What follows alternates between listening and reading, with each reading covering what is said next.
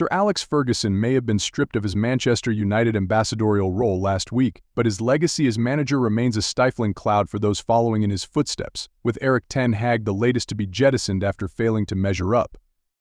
Results under the Dutchman were disappointing from the start, and the temporary lifts gained from winning the league and FA Cups were never going to be likely to satisfy the modern generation of fans or the new ownership who expect instant success at the highest level for their huge investment.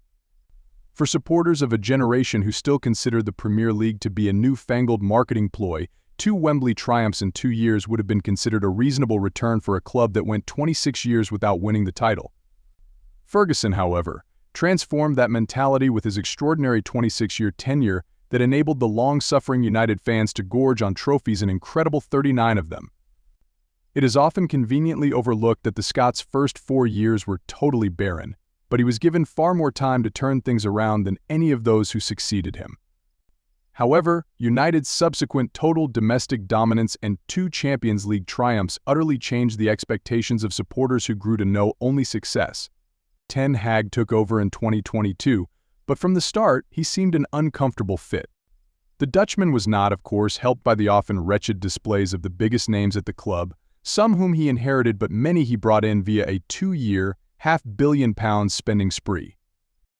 Anthony Manuel Ugarte, Matheus de Ligt, Lenny Yoro, Joshua Zirkzee, Mason Mount, Casemiro and Rasmus Højlund all cost big fees, but it is hard to imagine any of them getting in the Aston Villa first team, let alone champions Manchester City's. However, with every defeat, Ten Hag's deadpan analysis and seemingly bottomless collection of excuses left the fans ever more angry and crying out for some passion. That instead came from former players turned pundits such as Roy Keane and Gary Neville, who rained down opprobrium on the players and manager almost on a weekly basis. They have become the voice of Ferguson, who has publicly kept his counsel through each management failure, but whose shadow metaphorically and literally from his place high in the stands remains the silver-plated yardstick by which each successor is measured.